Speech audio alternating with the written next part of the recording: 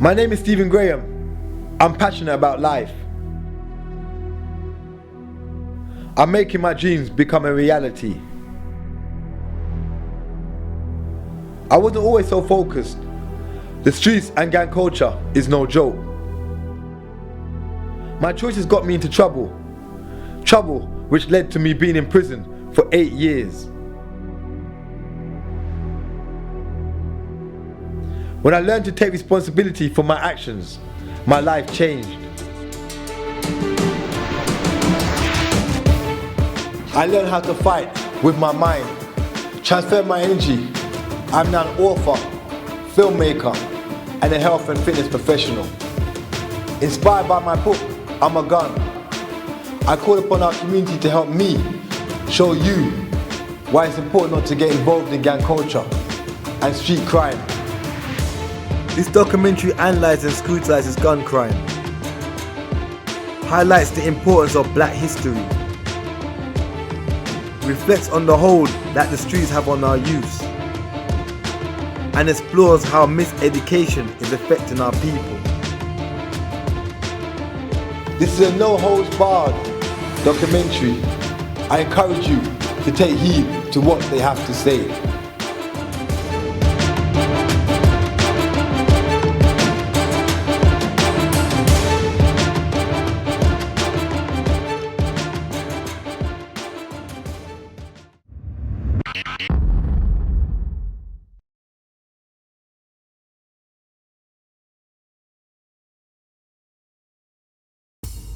I think guns exist on the street for a number of reasons.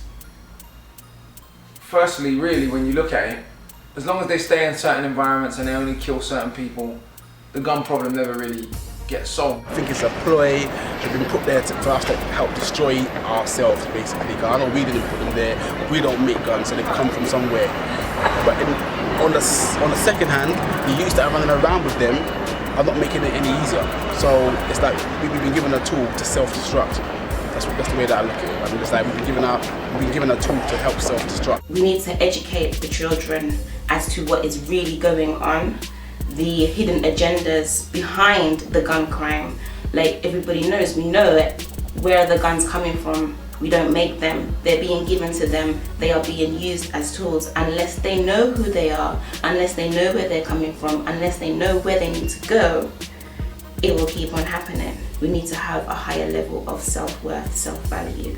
One of the questions that we have to ask, for instance, is, where the gun's coming from. We have to appreciate that despite the fact that there is some evidence that some replica type firearms have been converted over the years and have been used, the vast majority of the weapons that have been used in the black community, they're coming in from somewhere. There's evidence that some of these weapons have come in from war zones, whether in Kosovo, in Europe, or in other war zones where British soldiers are coming back from. And also, guns which are basically coming from the underworld find their way into the black community. We always look at Britain versus America because they're politically their buddies and they behave in similar ways, but America's a bit more blatant in the way it does its thing. It makes guns legal, you can carry guns, and as long as you people in the ghetto keep murdering each other and you don't step out of your pram and start murdering rich people, we'll make guns even legal and make them very easily accessible. Here guns are a bit harder to get, but yet they still seem to pop up always in particular areas of the country and particular places. I don't think we understand the implications of our actions, what we're doing right now. I don't think we understand it properly as a community, and if we did, we would kind of know that, these guns are coming from somewhere and they're coming to mash up our community. If we understood that the relevance around that, I don't think we'll be using guns so frequently and so against each other so quickly. Guns serve multiple social functions. They allow you to criminalize a group of people. They help for a society that hates particular groups of people to wipe those people out. It's hard to kind of pinpoint one thing about gun violence in our community because there's so many aspects that actually factor into what is causing it or where it's coming from. But first and foremost, the question that I want to pose back to the people or even to the powers in charge is why are most of these guns on the roads or in the streets ex-police issue, ex-army issue, government issue, etc. Because without that coming from the people, how do the people get hold of these guns? What having guns and knives in a particular environment does is it allows you to say these people are really bad, they carry guns, they kill, like the police don't carry guns, like the army don't carry guns, etc. Not that excuses it, but they serve multiple functions, because what you can do is you can criminalize the people who carry the guns without criminalizing the people who make the guns and who profit from the guns. And then in turn, those people who carry the guns are doing your job for you. They kill the very people that you hate. For a very long time, if we look specifically at black people, for a very long time in America, black people weren't even legally human. You could legally kill black people and not have to worry about nothing, right? The moment black people became legally human in the 60s, the whole 100 years after slavery, black people couldn't get hold of guns. When white people were terrorizing them, killing them, burning them, lynching them, black people were struggling to get hold of guns, right? The moment they became legally human, and you couldn't just go and kill black people no more, these drug problems start becoming more of an issue. Vietnam War becomes more of an issue, man getting drafted to go over there. All of a sudden, these black neighborhoods become very segregated, very poor, which they weren't beforehand. And they weren't as poor, not they were as segregated, right? And these guns come in. And as long as the guns stay in that community and man start wiping each other out, for 30 years now, the murder rate in the south side of Chicago or Compton or certain parts of New York has been on a genocidal level. No one's doing anything about it. No one's got a problem with those guns. But if they're gonna step out of their area and go and kill someone in the wrong place, it's a problem. So guns serve multiple social functions. They allow you to criminalize a group of people. They help for a society that hates particular groups of people to wipe those people out.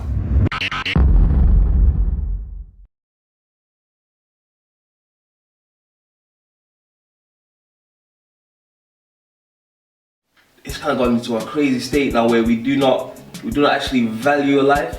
That's where I think the gun crime is right now, where there's no value on a life at all, and people will not pay to shoot on for some like there's no reason. When we're talking in this context of young people, brother, and when I say young person, it could be, a 15-year-old to a 35-year-old. From my perspective, they're not in total control. In order to be in total control, you must have a knowledge of yourself. You must know what outcomes are. You must be able to do joined up thinking in the sense of understanding cause and effect. Like, I could be cool now and you say something and it's gonna wind me up, and next thing you know, I'm standing up and I got my warhead on now, innit? But in that, I might not be able to decipher that what you actually said wasn't a diss. But I've already got my warhead on now and I'm bringing war to you. And now you now gonna have to rise up like, oh no, I'm gonna take me for some idiot. You have to put on your warhead, and rise up to what I'm dealing with now. Now we've gone past the line, innit? I've done certain violation to you, done certain violation. We have for war now, innit? Because that's the regime, that's the code, innit? The reality is, it's happening over stupidness. And man need to check themselves before they really start doing their thing out there. Like, is this part here worth it? It's a one-way street, really. You get me? Like, there's probably a bag of man that got into it that want to get out of it, but once you're in it, it's a bit hard to get out of it. You get me? Usually end up in jail, dead, or you're just paranoid, isn't it? You're always looking over your shoulder. You don't know who this man is. Man looking for more than 2 seconds, you're thinking it's someone you got problems with. You get me? So once you get, it's one of the things that when you get in, it's very hard to get out on it. So if you can avoid it, innit? I think as time's gone on from when I was younger, there was more like it'll be like it's still not a reason, but there'll be a deeper meaning to why someone got shot or why there was guns in the area. Now there's guns everywhere in most places, and they're a bit more easy accessible, and people are using them for like anything. Like, oh, you looked at me wrong, I'm gonna shoot him. But the initial thing what sparked off that could have been something called idiot thing. And if you was in your right state of mind, you could have let that fly and squash that, and we could just be reasoning as big man and rear, but instead now we're warring over some idiot thing because we've got the warhead on, so we're not in control. Firstly, you've got adrenaline running through you, you're angry, you've got probably people behind you hyping you up, hence having a weapon in your hand, so you feel like you're on top of the world, your ego, especially men, your ego trips in, so you're not going to be in the right frame of mind. Even when we have an argument with our loved ones, brother or sister or your partner, you say things you don't mean. Sometimes you do things you don't mean. It's the same kind of situation. But in this situation, you're about to take someone's life. And when you're taking someone's life, that doesn't affect just you and your future. That affects, obviously, that person's gone. That affects their mother, their father, their uncle, their daughter, their son, the mother of their child. That affects a whole family and actually affects a whole community, to be honest. From my perspective, we're so lost, we're so miseducated, we're so lacking in a knowledge of self, a knowledge of God, a knowledge of Satan and evil, that so much of what we do, there is a scripture in the Bible that says, "Forgive them, Lord, for they know not what they do." And I firmly believe that the vast majority of our people who find ourselves in these situations where we're literally responsible for taking life, we're not in total control, brother. So much of it, again, as I said before, is based on ignorance. So much of it is based on what's called the reactive mind. So many emotions are going through that person. Fear, adrenaline is flowing, there's nervousness, there's maybe even a little, it's not positive excitement, but a negative, some sort of excitement going on. There's too many emotions going on at that time for a person to be in control of themselves, because nobody can emotionally regulate so many emotions in such a short mass. You know, like it's all bubbling inside, there's too much going on. They're not in total control.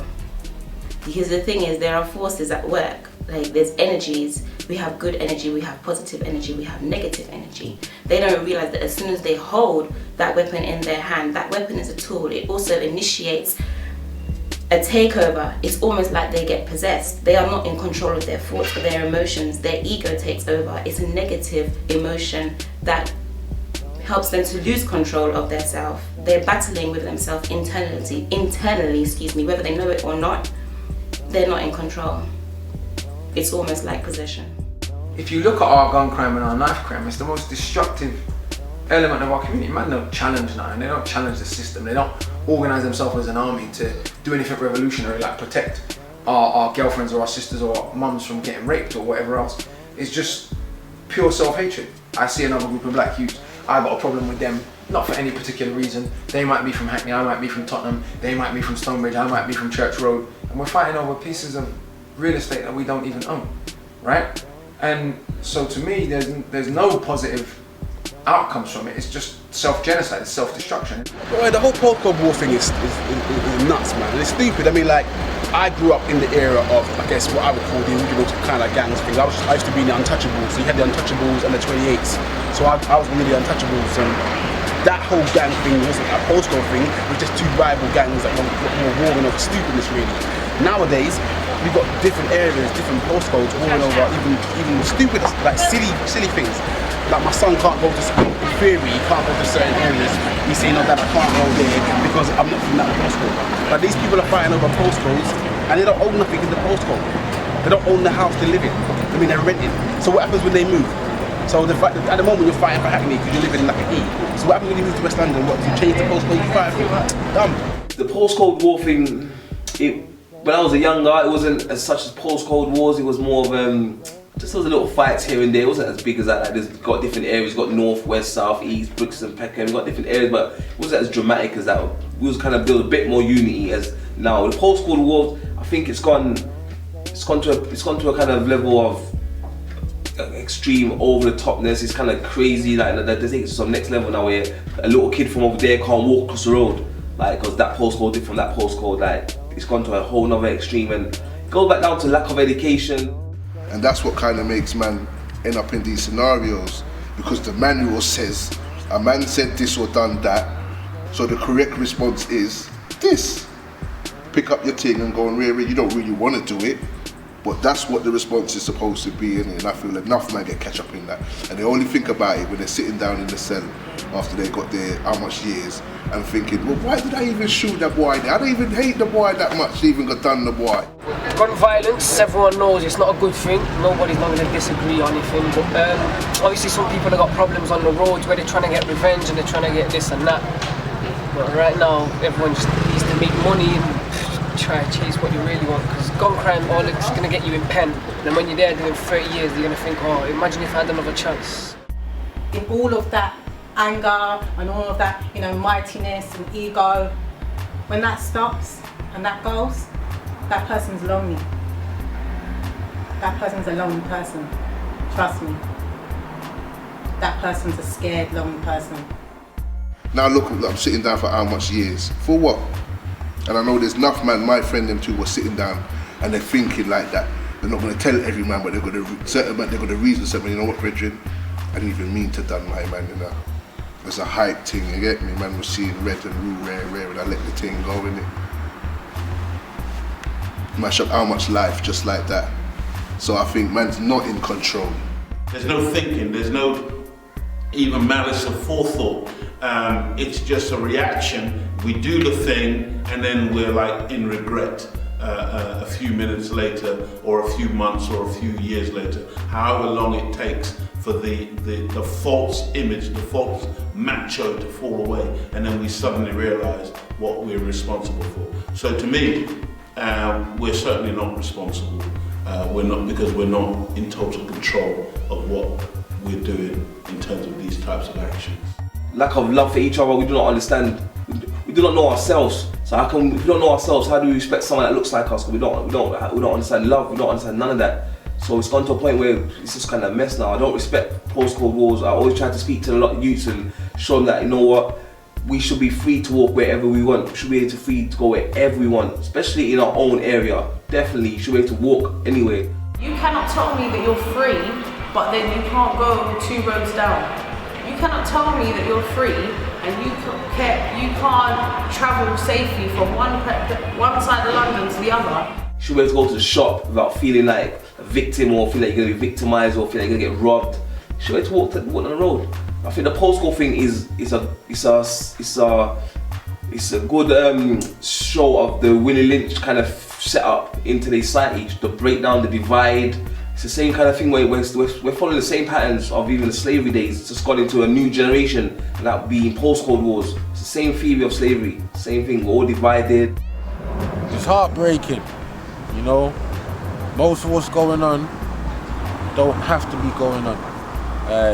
Especially in my part of town, like it don't have to be.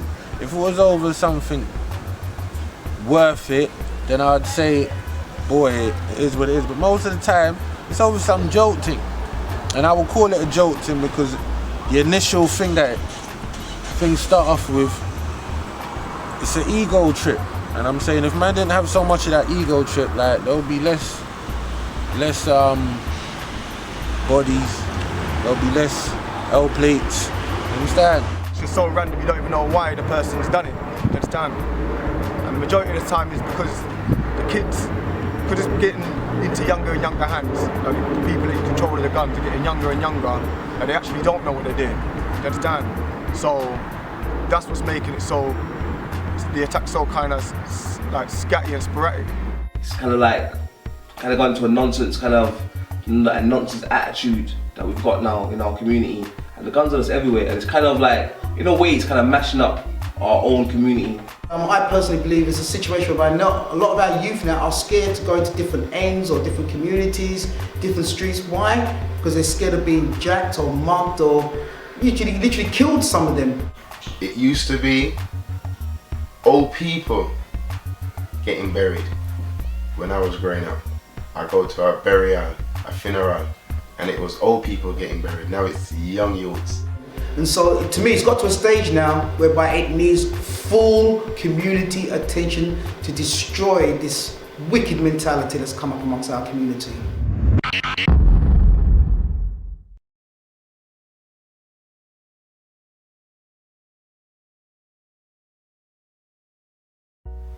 Well, the thing is about knife and gun crime in our community, particularly, is that you look at it, right, and you'd have to say, again, we came to this country, our grandparents' generation weren't really stabbing and shooting each other. At that point, more the criminals on the gun thing was the working class East London people like the Crays, etc., right? The reputation for Clapping Man was those communities.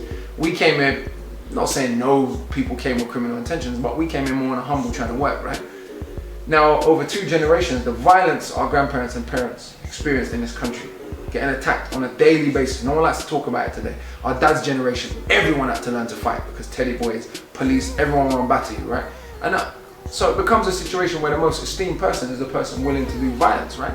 We get into crime and then we're amazed and perplexed at how easy it is that we get arrested and incarcerated, spend our lives in prison. Our children are free thinkers. So they feel trapped in this education system because they have all this energy, this creative force that this system doesn't really teach them how to utilize properly. So it's like an outlet. They can't really make it in this world unless they do it according to how the system has set it. Because you're actually set up. It's not set up for you to be successful in crime. It's set up to entice you into crime, to promote crime. But then when you enter into the arena, it's actually a trap. And so the prison system, the criminal industrial complex is massive. It's a massive money spinner. It's another criminal enterprise.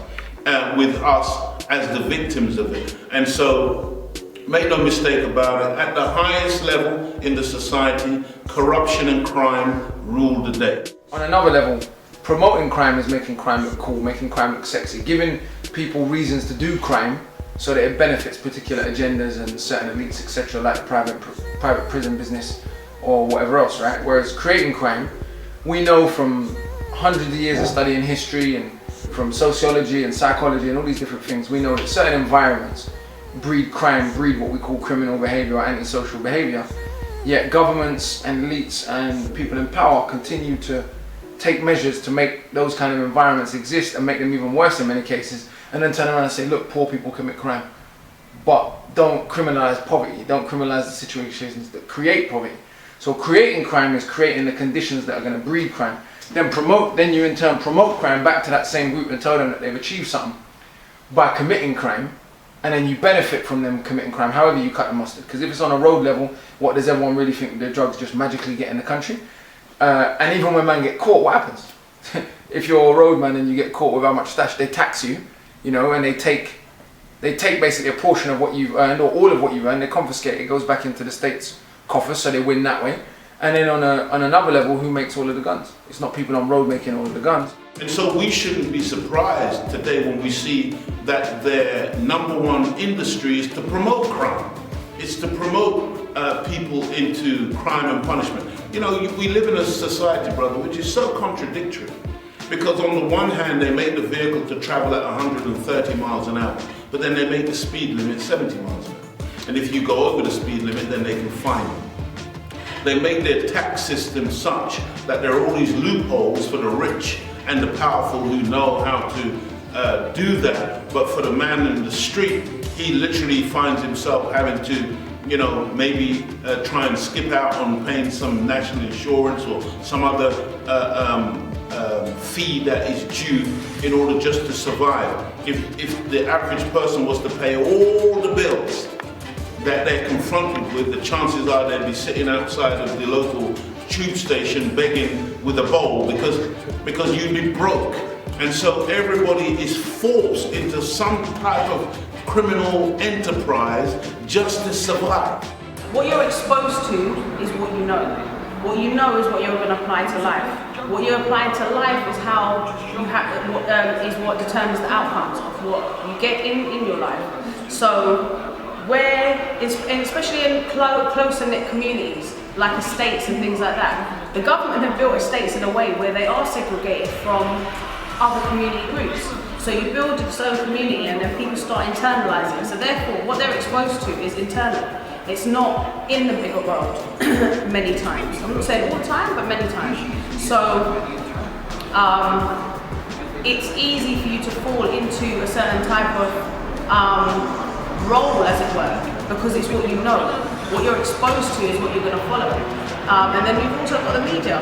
If you look at the society and the types of things that pass as entertainment, it's very much about crime and punishment. Mostly a glamorization of criminality and violence and destruction, etc. This is the promotion of crime. Rap music's the same thing. Everyone talks about rappers promote violence, rappers promote violence. Rappers are always talking about guns. No one says, 1 minute, who owns the record labels? Who owns the TV stations? Who owns the radio stations? And why is it artists that have got an alternative message are never going to get the same level of promotion? It's for the same reason. It's about promoting crime and maintaining the status quo. And so in that respect, the arms industry is very useful. When it comes to the creation of crime, you have to look at the very foundation of the society in which we live in, which was created as a result of crime. First of all, you really got to look at what crime is, because we're told crime is what goes on in the street. Yeah, no doubt there's crimes that go on, but invading a whole country and taking everything from a whole country is crime, even though that's legal. You see, the black man and woman, for instance, stolen from Africa. You know, this is not a man robbing a bank or stealing some artifact from somewhere. This is somebody who stole the very people, the very artisans, the very cultured people, the builders, the technicians out of the East, out of Africa, and then forced us into slavery over 400 years and caused us to build their whole society. That's literally a crime enterprise. That's a criminal enterprise. The whole of the Western Hemisphere was built on crime. Realistically, looking at the current economic climate, looking at the way this country's going politically, you know, all of the things that would need to be done to make a society more violent are being done by the people in power. You know, cutting benefits, cutting welfare, cutting back on the NHS, making less jobs, etc. All of the kinds of policies making it more difficult to go to university. The kind of policies that give people no hope, make them more likely to want to hit the roads, are being employed. It will be cheaper to send every kid in this country to private school than it would be to send the amount of youths that are going to prison. Right? So it's cheaper to give a child the best education than it is to put them in a young offenders institute. But we have a society that would rather put young people, particularly young people who ain't got no money, and particularly young people whose skin is the wrong colour, we'd rather have them in a young offenders institute than give them the best chance to compete on the world stage intellectually. And so man have to realise the trap that's out there and why that trap is set for them. So violent crime will continue to rise and continue to rise, and even if it doesn't matter, because the state will be violent. So for example, in America, even in periods where violent crime and drug crime are not on the rise, you'll see the arrest rate go up and up and up for these crimes, because they make the public believe these things are on the rise to do things like have mass incarceration. We need to understand how much of a big money spinner the prison industrial complex is, and how many people it actually employs and keeps employed, you know, from police all the way through to the judges and the clerks and the magistrates, all the way up to the prison officials and the prison officers and the governors and the probation service. I mean, it's massive. And it's important to appreciate that all of those costs mount up when it comes to now incarcerating an individual. According to what my understanding is, that it's actually much more expensive to incarcerate somebody for a day, keep them in prison for a week, a month, a year, etc., than it is to send that same individual to a university and fully educate that university, that person. But you see, in this society, there is no genuine interest in having an enlightened, educated populace. And all of that has criminalised a generation of young people in a mad way, and makes it much easier to just pass things like the joint enterprise law. So you have a joint enterprise law where 20 people are there, one man commits a crime, 20 men get life sentences, for example. And that is about specifically locking up so-called gangs. But hold on a minute, are they applying joint enterprise laws to football hooligans? You have to ask yourself, if they're not, then why not? If one man at a football match batters an ex-man, or stabs an ex-man, or smashes a bottle over an ex-man's head, are they going to send everyone who was there, who doesn't grasp, to prison with that person? And if they're not, then why not? And so, again, it comes back to the bigger agendas that are out there, that whether or not violent crime is on the rise, the society and the people in charge of the society are going to put in measures to maintain a situation of fear and maintain what they need to push forward their agenda. The prison industrial complex serves a very good purpose for a society like this, in that it keeps many hundreds and thousands of people employed in that merry-go-round of crime and punishment. And so somebody has a vested interest in having more and more people incarcerated, more and more prisons. And of course, I'm sure you know that there's a continuous move towards more and more privatization of prisons, privatization of the transportation of prisoners, etc. And again, that's big business. And so it's important to appreciate that in the privatization of prisons and the industrial complex of prison, you know, people are making big money, and that I think in America they've already floated some of these prisons literally on the stock exchange, and people are investing big money, and they're building more and more prisons, and they're guaranteeing that the prison places in these new prisons will be filled. Just like when a man decides he's going to build a hotel, he's not going to build a hotel thinking that the rooms are going to be empty. He's building a hotel knowing that the rooms are going to be filled and that he's going to be making maximum profit. It's the same principle when it comes to building prisons. They know that they're going to have an abundance of customers. I have to keep telling my son, don't catch up in no EJAT thing, and I make them get this criminal record thing on you.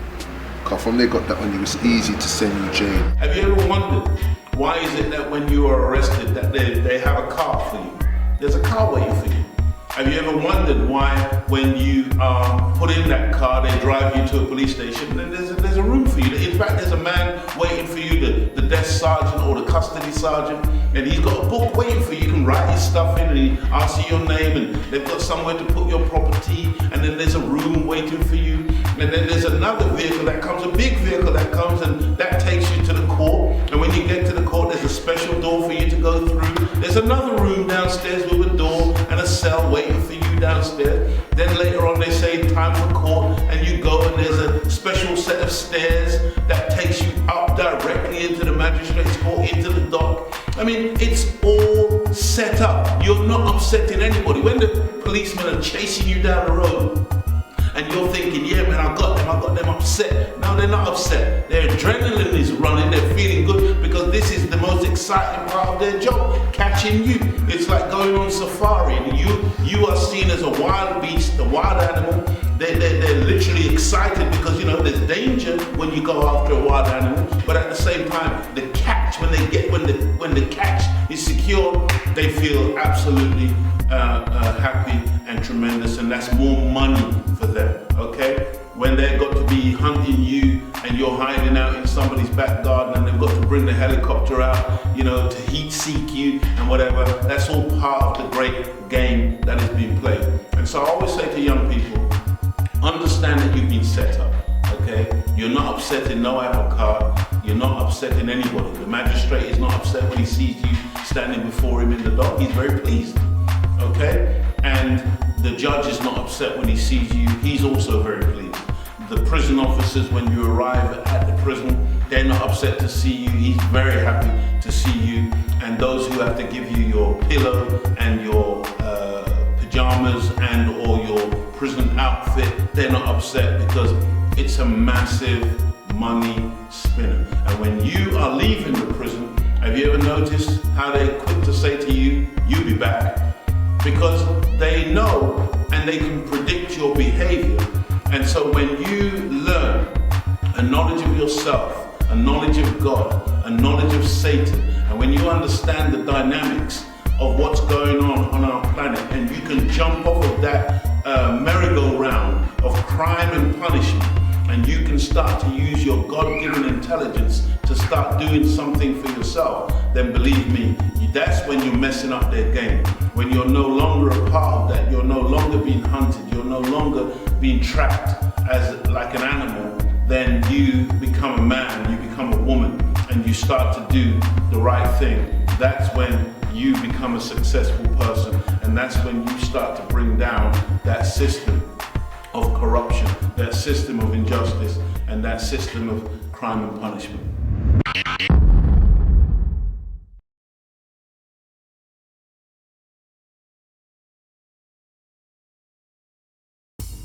All research has shown us that there's a direct link between education, or sometimes what I call the lack of education, and the crime. that's been committed. Dumb. Like, I talk to some of these little kids and they're like, yeah, I was in pen. They use it like it's a calling card, like it's cool to go jail. They need to have a sense of direction so that they can come out of that criminal mentality and know that the force that's working within them, that's driving them towards that, they can use it to something more better. These young boys and young girls out on those streets knew that they are directly related to God, that they are the original man and the original woman, that they're the mother and father of humanity. A lot of the kids are, one, not educated enough and you don't give them enough aspiration, you understand? Because if you're not educated in even reading and writing, it's true, when you sit down and think about it, what am I going to do for the next 10 years? How can you think about doing anything? Because everything has to do with education. You have to be of some sort of level of education to go forward in life. Because the education has not been put in place for us to become a product of our education. So we're not products of our education, we're products of our estates, whether that's guns, drugs, pimping, whatever we can, we're products of that instead of being products of knowledge and education. If someone's growing up with a lack of education, especially lack of education of who they are, their genius and their power, then obviously they may go back into this world, okay, thinking that, you know what, there's no hope. Boy, you know what, I'm gonna have to just make money the only way I know how to make money. And we don't want that, man. Each one of those young brothers who are in prison today, brother, are absolutely future geniuses. I got brothers in jail who shouting me out like, yo fam, they're doing L plates, you know, gone for a minute. But they be like, they got their degrees and they got qualifications that you got to go uni to get. Word of a lie, I'll be like, alhamdulillah, brother. That's good news, fam. Like, I'm glad that you've achieved that. The only part I'd say, it's not even the only part I'd say, the big part I'd say why I get stuff at the end of that conversation or whether I read that letter come off that phone is that I think to myself like, my crud boy that was on the crud on roads, like, he's gone jail and achieved so much education. Like, imagine if he had stopped his crud for a minute and done his stuff on the road and got those qualifications on the road. His whole thing would be different. Malcolm X actually said the greatest leaders in our community end up in prison. And why is that? Because they lack the knowledge of who they are, their potential, and what they can achieve from a very young age onwards. The word education comes from the Latin root, which is educo, or to educe, meaning to draw out of the individual that which is inherently by nature within the individual. So real education is to draw out from the human being that which has been deposited within the human being by Almighty God Allah, not to impose things and push things into the human being like the knowledge of 1066 and all the rest of this stuff, useless information that is of no benefit to the individual young person. They need to find a way to make school more interesting to us and make us more interested in coming and sitting down in the lessons and doing things, innit? Because without that, the same cycle that was going on in my day, and I finished school a long time ago, but the youth them still doing the same thing and catching up in the same thing. Worse, they're selling drugs and making money on the side, some of them, not all of them. And so certainly there is definitely a connection between the lack of education and violence and crime. Looking here at Britain, we again talk specifically about African Caribbean people. When our grandparents came to this country, if you had a criminal record, you couldn't get in the country. So that means in the 50s, when everyone was coming over from the Windrush, there were black people here before that, but that's another story. In our community, we have been miseducated and we haven't been taught certain things, even about ourselves, and we haven't been taught the importance and value of ourselves, of family, of community, and certain knowledge has been hidden away from us. So we don't understand a lot of things. See, as an historian, you know, one of the first things I've done was actually looked into that first generation of Africans or Caribbeans that came to the UK roughly in about 1940s, early 50s. And when I've done my own personal research, it blew my mind. These youth don't know their history, and because of that they're lost. They don't know the struggle that a lot of black people went through to get to where we are today. Our forefathers, what the mothers have gone through. And if they did, half the things they're doing out of out of respect, they wouldn't even do. They didn't just go to the Caribbean and say, look, anyone come over to England, the streets are paved in gold, come and help us build. They took the cream from the Caribbean. When our group were coming over, if you were a criminal, you couldn't get in. So how is it in 2 generations, we've gone from these people that came in with a certain amount of hope, certain amount of vision for the future, certain amount of wanting to look forward and actually believe in Britain's propaganda that it was going to be a better home for their children. They came here with that 5-year plan, but obviously 25, 30 years, they're still here. Now, what has changed now to now we see the young brothers on the street with the so-called thug mentality? You see, they're children of the great ones. They were brought up in the UK with the UK education system. And I don't think the system was really catering for those young black brothers and sisters who went through that system, the first generation went through that system, because the UK weren't ready. And the schools weren't teaching them to become leaders like their mothers and fathers. In fact, many of that generation, and I'm a part of that generation, when we went to school, we didn't actually find that we fitted in British society. There was no knowledge of who we were. There was no knowledge of what our parents had accomplished and the type of people that came from the Caribbean. So therefore, we were literally rejected, to be honest with you. This system does not educate our children to know exactly who they are and the power that they contain within them. That life force energy, that divine creative force that helps them to create, to procreate, to make the best, to build, to have ideas, and to be able to utilize those ideas for the benefit of the community. And in that feeling of being rejected, I can personally say that I had no high expectations of myself. I had no belief in what I could achieve. So you know what? If mum and dad ain't teaching me who I am, because they're too busy working, if the school system's not teaching me who I really am and the high potential I can achieve, and if no one else is doing it, but yet you know what? I see the hip hop videos, I see a reflection of myself. I see the dancehall videos, I see a reflection of myself. I see the films where we are not really achieving anything in these films. We're the pimps, we're the hoes, we're the bad boys, we're the gangsters. But at least I can see myself. And when I see myself in this arena, then what am I going to do? I'm going to manifest that reflection. You cannot be what you cannot see. And so we had a generation that didn't see themselves as being doctors, chemists and sharp. What do they see themselves as?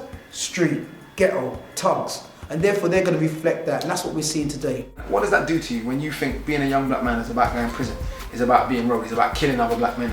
It's become so normal now that man can even boast about it in songs. And I say to people when I'm working with young boys, I say to them all the time, okay, let's put it like this. My mom's white, my dad's black, right?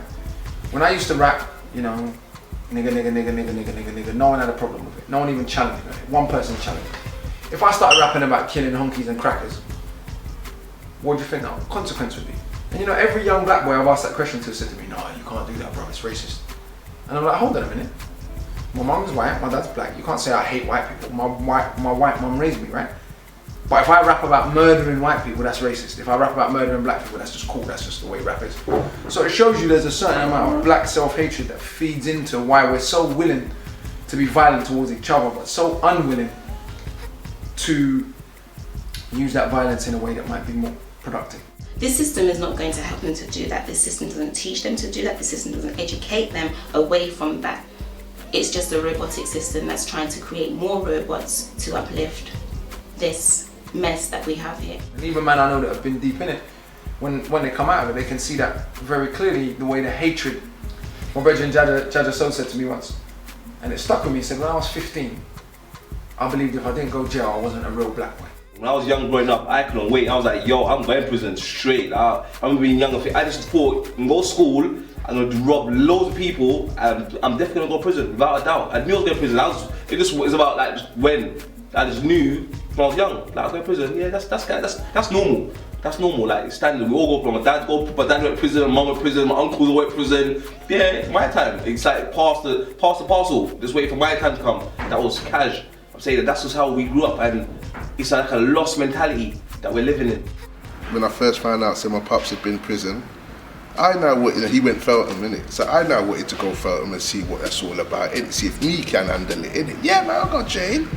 But you see, when I got there, I went to go home. The thing there was, it was too boring. It's a waste of time. It's not nothing to say. a good thing that when you're there, you feel you're mixing up with people that you would never mix up with in your life, and bang up with certain people, certain old 50-something-year-old white man that I would never cross paths with in any walk of life, innit? But me and him's now living together in this tight bathroom-size room, and we have to converse and we have to get along because we're in that. And in the next couple of months, they're gonna move him out and bring in the next man. I have to get used to our next man now. We have to shit in the same room. I have to smell my man's shit every day. I have to smell my shit every day. That's one thing I couldn't, you get me? That's one thing, no matter bird I did, yeah, no matter how many years through I'd been or how many different birds I've done, that's one thing I could never get used to. Having to shit in front of man. You get me? Them times when my belly's cutting me and man's there watching, he's watching his EastEnders and the toilet's just right, that's all. Now me now have to go on there and go pebble dash up the toilet in front of the man, I stink up the cell, he have to do the same thing. I can't get used to that. We're stuck in that mentality that thinking prison is good because what we've seen around us. You don't hardly see, growing up, you don't hardly see a man say, yeah, come out of jail, says, yeah, don't go jail, rare. You see a man come out and just getting pure ratings. So you're thinking, yo, that place don't seem that bad. If I go there right now, I might up my reputation. And that's how we've been going up, baffled and lost, misguided. They use this go in jail thing like it's some kind of calling card or gives them some kind of stripes. I think a lot of these youths nowadays think by go in jail, it's almost like it's a, how can I put it, like a sign to say, yeah, I've reached a certain level in the street code. It don't mean nothing. It either means you're stupid and you got caught, or away from that, it means you're doing something wrong. It's not something to be proud of. You know what I'm saying? It's not something to be proud of. Why would you be proud of yourself in jail? That's ridiculous. Prison's a joke thing, isn't it? It's a joke thing on the read. Bare tuna and noodles and then rubbish there you eat like it's good food, and nah man, it's a joke thing. And you mess up your life anyway when you come out. You can't get no job, you can't do certain things. Your license have to be spent a certain amount of years before you can go for certain jobs. See, was that that check thing where you have to do for most jobs and all that? I'm trying to tell man from now, like, all of that, don't get me wrong, you go jail and you get your qualifications, good on you, brother.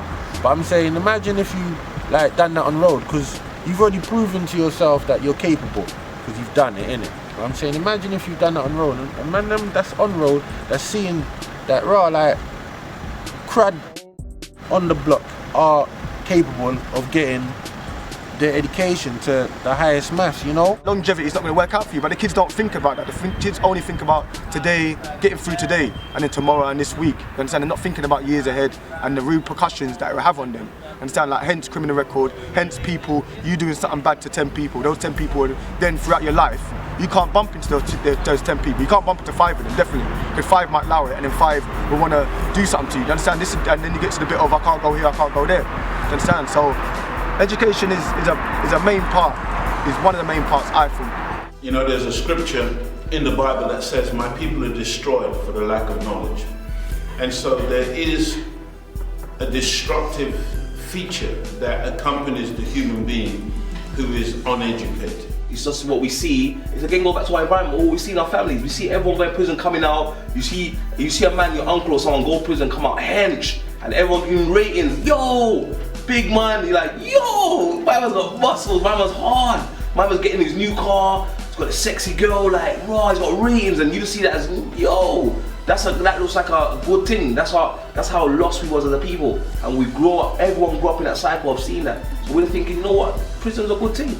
Until we go there, they go there again. Then you see, then you start getting longer sentences, and you start feeling the impact. You start losing your family members, losing your girlfriend. You can't see your kids. Then you see, whoa, wait there. This is not actually as good as it's cracked up to be. Like, this is not even. This is a serious thing. Like, right now I'm just getting older and older, and that's when you start realizing that, you know what, this is not a joke. This is serious. Like, and you start thinking differently. It forces you to think differently. Like, it makes you read a book. Certain man go to jail, they never read a book. When you're in that cell for 23 hours, you say, you know what, that book over there looks alright. Let me pick up that book.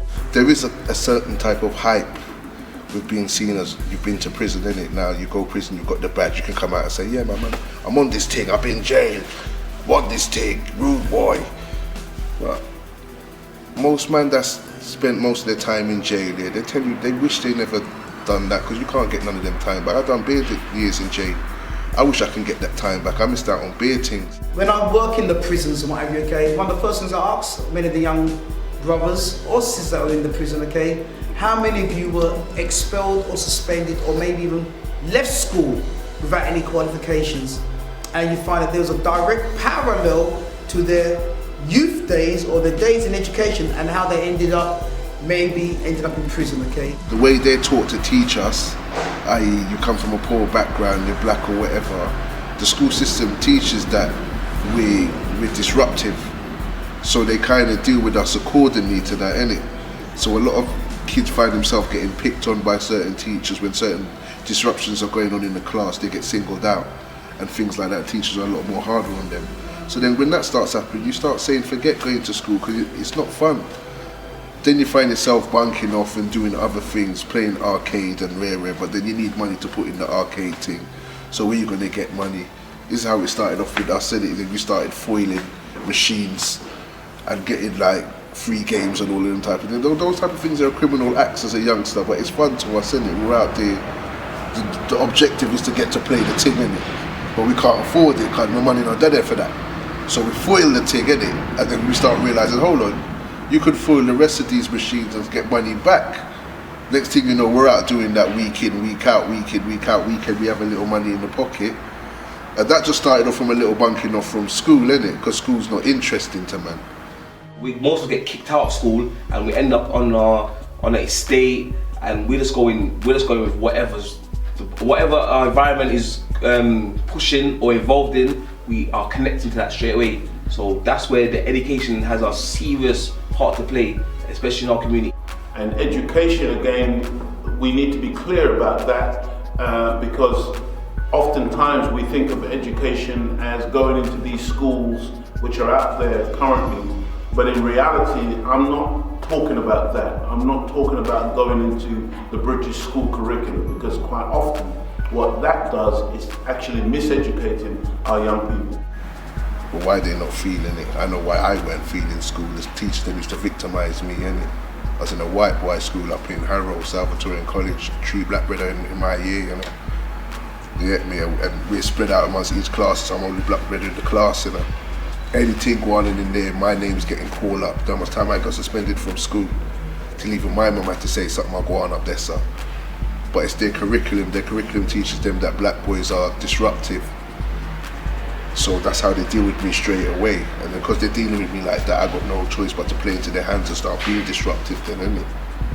Then I'm trying to get myself kicked out of the school, so I'm being disruptive on purpose. But on records, it's just saying I'm a disruptive youth. They're not saying why I'm being disruptive. I was singled out, so I started playing the bad guy at school. And I'm sure a lot of kids are going through that right now as well, innit? They're getting singled out, so they play the bad guy, they play up to it. That's why they need a new paradigm, a new education mindset that can take them out of the streets and put them back into palaces, because that's where their ancestors came from, kings and queens. But I think now we're kind of changing, where you've seen a lot of men come out and they've kind of put their stories out there and they've kind of changed their life around, and you are seeing that saying, yo, prison ain't even a joke, you know, like I don't want to go to prison. Now there's youths now saying, nah, I don't want to go to prison. Like it's different from our time. We were saying we want to go to prison. Now youths say, nah, I don't want to go to prison. So we was just a lost community. We need more of those cats, innit? We need more of those cats that's gonna achieve their stuff on the road. Understand? If man really wanna say that they're gonna make this empire, like you need legal money. Understand? You need legal money, and for you to start turning that legal money, bruv, you gotta know where to pull it. You gotta be educated. And I'm trying to say, enough of us stay on the road thing and do what we're doing on the road because we're not educated. We don't know where to go. We don't know where to put our resources or go and do this or go and do that to build the next thing with what we have got. A lot of these kids over here got life easy. Like they call themselves, they're on the road doing their stupidness and they go home to mummy at night. They got a bed to sleep in, they got a job, yeah, they're working, they got fresh clothes, but they're still on the road shotting, doing stupidness like they're poor. Half of them have no reason to be doing the things they're doing because their lifestyle is good. I can't knock a man who's doing this thing because he has nothing. So when you go around the world, like I go Jamaica, I go America, I go Brazil, and I see how poor people live. So when they're doing certain things to survive, whereas I don't condone it, I can understand it.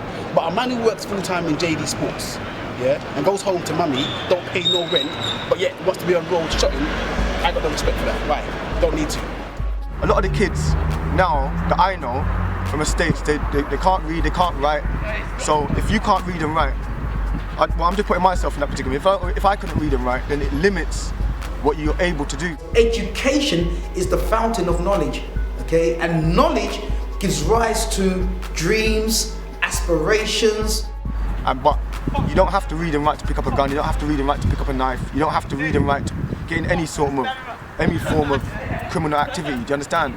So I think a lot of the kids are pressured through that, like unknowingly, they're pressured through that, because when they're getting told stuff by elders, like say carry a gun or go and do this, like for me, it's just like someone coming to me. I'm blatantly educated guy, so for someone to tell me to hold a gun for them, my first thing is, why didn't you hold it? Do you understand? Why are you telling me to hold it? But the kid wouldn't take it on a board like that. The kid would think of it, they wouldn't question it. Do you understand? But this is where the education bit kicks in, because I question everything. You understand? Anything that anyone wants me to do, I question it. And that's my right to question it. If you don't have an answer for me that I think is suitable, then I'm not doing it. And I think a lot of it comes from, like I said, not knowing their history, not knowing the struggle that we've gone through, not knowing what some of our forefathers had to go through. Did you know that many of the young brothers and sisters back in the 30s, 40s and 50s that came to the UK, they were absolutely God-fearing, that had to prove that they actually went and attended church on a weekly basis. They had to literally have no criminal record. They had to be conscientious. They had to be, a mentality of thrift and saving. These were people that planned for their future. These were MPs, these were doctors, these were literally policemen or whatever, okay? They had very high status in places like Jamaica, Barbados, Trinidad and what have you, okay? So when we talk about the first generation, we're talking about the cream of the crop. And when they came here, we look at some of the pictures of the cream, they literally look like kings and queens themselves. You see, but when you miseducate young people to believe that they're homeboys and fly girls and this type of language, where now we're the B word in the dog family for the female, and you literally young boys now reversing God and turning it into dog, and that's my dog, and this nasty word now that has come down from slavery, the nigger, and so on and so forth. When we hear this language, it's as a direct result of tremendous miseducation. And so certainly, make no mistake about it, the link is solid between a lack of knowledge, a lack of education, and the commission of crime. And the number one knowledge that our people need today is the knowledge of self, who they are, and the knowledge of God. And you also need to know the knowledge of Satan. You need to know the difference between good and bad. You need to know what the real conflict in the universe is all about. And when you understand that, then you can literally choose on which side you want to stand. You want to be with God or you want to be with Satan. And you would find that these young people, they would choose life, they would choose God, and that they would conduct themselves in a much better fashion.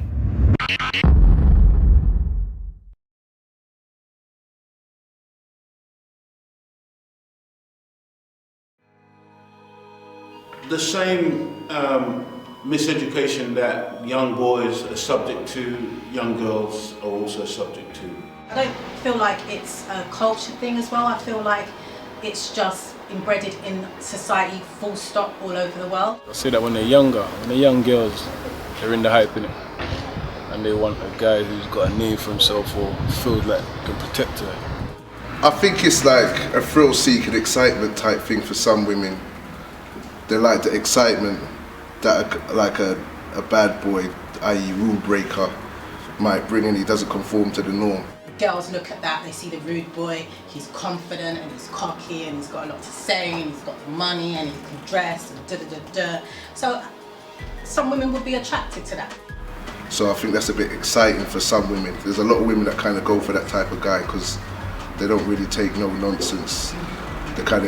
It would seem like they're more in control of their life, when in reality they're not really, because they're doing very reckless things. But I think maybe that's what the attraction is with some women. People are seeking, it depends on what they're seeking. So some people, some individuals, they're looking for the glamorous lifestyle, they're thinking about the money, they're thinking about the material benefits of it. But as a woman, being involved in that, and not knowing the self, not knowing the power of woman, the energy, the pulling power that you have within you, your birthright. Women to nurture, to care, to uplift, to guide, to teach.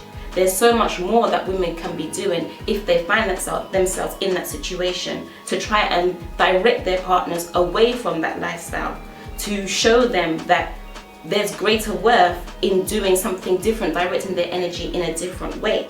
The reality is that these girls, they fall into this type of environment, this type of lifestyle, not because that's who they are, but because, as I said, the environment. It's like you've been in a classroom. Nobody wants to sit next to the geek. Nobody wants to sit next to the geek. You want to go and sit next to the one that's funny and has always got something to say. It's a funny thing, I always say, you look at Fresh Prince of Bel-Air, Will Smith and Carlton, and no one goes for Carlton. No one goes for the nerdy, goody two-shoes. Everybody likes the guy who don't really take school serious and lives that life. So, just something that's been going on for years, really. Girls today, you've got this whole ladette culture going on, they're competing with the guys. You've got bitter single parents, you've got weak dads. If by family lifestyle you mean having a, functioning, loving upbringing, I would say no. Most of us don't get that anyway, even if our parents weren't on the road. If we understand how family is broken down, how discipline is broken down, how black people are disallowed to raise their children in a proper way because of the interference of government and social services, etc., the lack of discipline. And then when you understand that, our children now are being raised in a very synthetic environment. They've been raised on computer games that depict violence, depict murder, depict killing. I can't remember the actual statistic, but the amount of murders that a child sees between the age 0 and 5 years old runs into the hundreds, if not thousands, because we've been sanitized into this type of mentality. You've always got a balance. This is the balance, male and female. Where the male are getting weaker, the women have got to become stronger. But sometimes it gets lost as well because a woman still has her place as a woman and a man still has his place as a man. And where that's getting lost in society is what's causing this confused generation.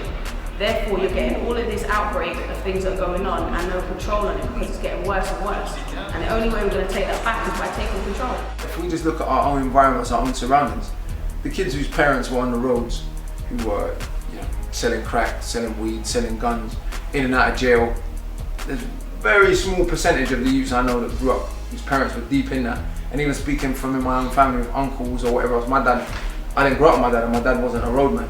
But looking at other people in my family and friends and circles, of course there's going to be massive problems that come with that lifestyle. And the reality is that when you have a destroyed male, which is what we have in the black community, that leads to a destroyed female.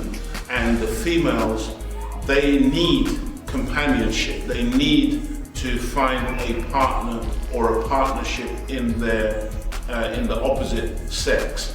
And what happens is that even though many of our sisters are not often as destroyed as the male, the reality is that because we need one another, we come together. And even if the boy is, living a thug life type of reality, the girl will gravitate to him because that's her natural counterpart. There are so many effects that can implicate on a woman and her family as well, because let's face it, no one's born alone. So whether you're a woman who has kids or hasn't got kids, you've got family members, you've got siblings, you've got parents. So it's going to impact a lot of other people, not just yourself. And this is what people need to understand as well. Street life and family life, I don't think it makes at all still. Cause you're not free in it to be out with your family. Look at your sons, your daughters, you get me? Anything can happen to you at any time, so you got to think real hard and you want to just do normal shit that other people with families from that don't live the street life do, you get me? Even going shopping, you get me? It's just love. You got to always be watching over your shoulder and that. And you don't want certain things going on when you're with your family, the missus, you could use them seeing them things there, so it don't mix. If you spend your life selling poison to other people's children and constantly in the threat of fearing whether you're going to be killed, fearing all these other things, there's no way you can really raise a stable family. And it's not about being judgmental. I've been lucky in my life. I've had things that push me along a certain more positive path than a lot of people from a similar environment to me. But it'd be hypocritical of me then to be here and glorify a road lifestyle and act like it's so fantastic.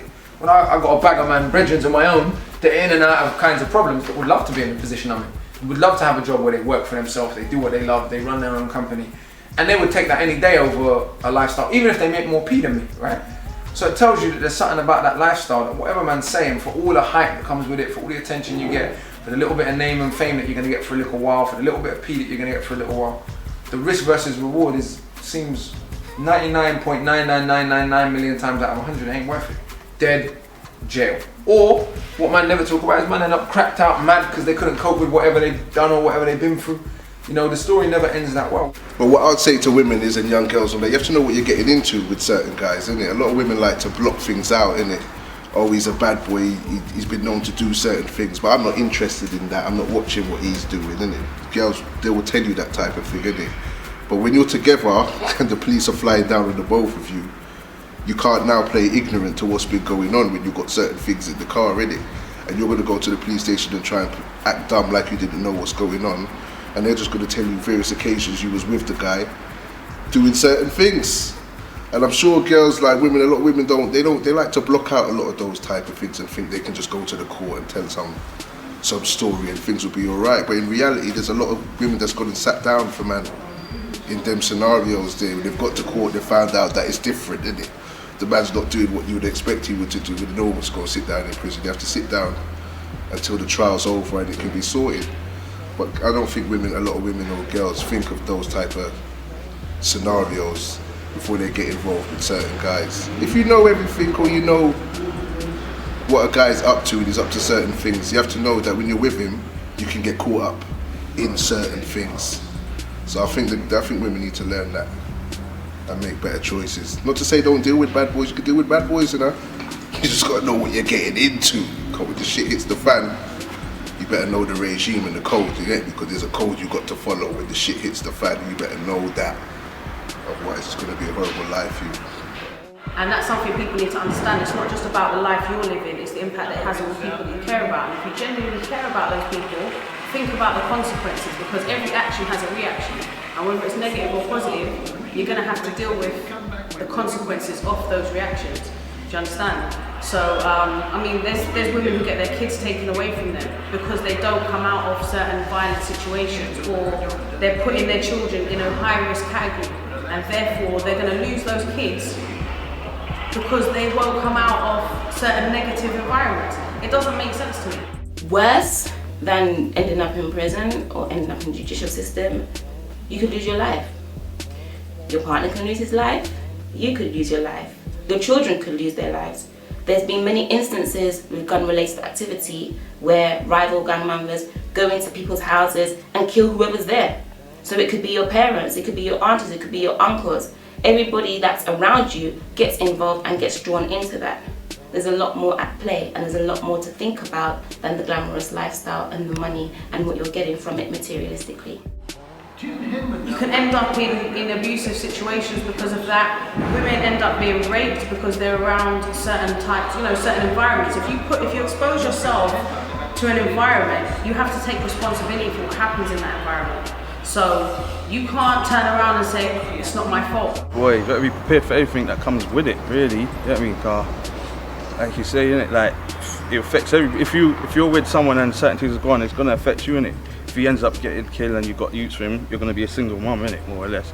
Ends up going jail for life, you're probably going to be a single mum. You know what I mean? So it's the girl that has to know what they're dealing with, innit? You get me? Like, if obviously you can't help who you fall in love with, you get me? But if you're actually just intentionally just going out looking for a certain man because you think he's lived this certain lifestyle and it's going to help you out, and it's easy option, innit? You get me? Especially obviously when you're from the hood as well. Like, it's hard, innit? It's hard around here, innit? So girls would probably, I can see why they would, innit? Go for a man that's on the road car, seems like he's making the money and certain things, but there's a lot that comes with it, innit? So the girl have to be prepared for that if that's what they want to do, you get me? I don't think it's just a matter of just, yeah, we all want a rude boy. I just think as a woman, you know, to be a woman's hard, don't get it twisted, yeah? Women, we have a lot to deal with, so sometimes we just want to feel looked after and, you know, nurtured. And it's for a man to do that for a woman and to make her feel nurtured and loved without having to be a rude boy, without having to go and take anyone's money or kill anybody or make anyone feel less than themselves, you know. So I think men have a lot of responsibility in that, and then maybe ladies will follow and they won't want a rude boy. Women generally tend to follow men. It's not normally found the opposite way. You don't find boys following girls, you'll find girls following boys. And so many girls tend to find themselves, if they find themselves with the wrong partner, then that wrong partner can lead them into all manner of misdeeds and activities, which is really not conducive to their feminine gender. It doesn't support them, it doesn't grow them, it actually degenerates them. Women, really, we have a responsibility, as do the men, but for us, we have a lot of power to actually guide our men away from that level of activity. It's not about the glamorous lifestyle. It's detrimental. It's detrimental to the soul because you're putting yourself in that negativity. That negativity consumes you. Money grabbing. What about your children? What happens to your partner? Your partner gets taken away by the judicial system. You get involved in the judicial system. Social services get involved with your children. Your children are left without parents. It's just destructive to the community on a whole. And as women, we have a bigger role to play. As I've noticed, I see a lot of girls, as we're getting older, they kind of keep themselves distant from certain road, man. You know what I'm saying to you? Because really, can't hold on to the majority of us. If a man goes to jail, then what? You know what I'm saying to you? Is that girl going to be there by his side for his whole sentence? No. So they might go find the next bad boy, they might decide that this having bad boys thing ain't really for them. If it's someone that's the father of your child, I do believe you should stand by that person, but in a positive way. If they are involved in gun violence and you can help them get out of gun violence, be that positive role model. Don't let that man feel under pressure that he needs to bring in, you know, a certain amount of money every day, so he has to go out in the street and hustle. It's patience, ladies. Sometimes we don't have patience. Sometimes we want things when we want them now, but you can't have everything now. Things take time, and to build anything, to build a career, you know, to build life, to build a home, you know, we don't just move into a home and our home looks spangling. It takes us a year or so to fix it, and we have to take that into consideration as women. Sometimes we do put too much pressure on a man. Don't get it wrong, don't get it twisted. A man must play their role and look after his family, but just like ourselves, it takes us time to do things, same as a man, it takes a man time to do things. If you feel like he's going down that wrong road and you feel like you could be that backbone and support him and not just be in his ear, then ladies, I advise you to do that, because the best thing you could ever have in this world of sin is a family. You raising your children and that man raising his children in one home, in one unit. It might be hard work. We might see that the system ain't set up for us to progress in the way we want to, but we have to understand we're sold the road life.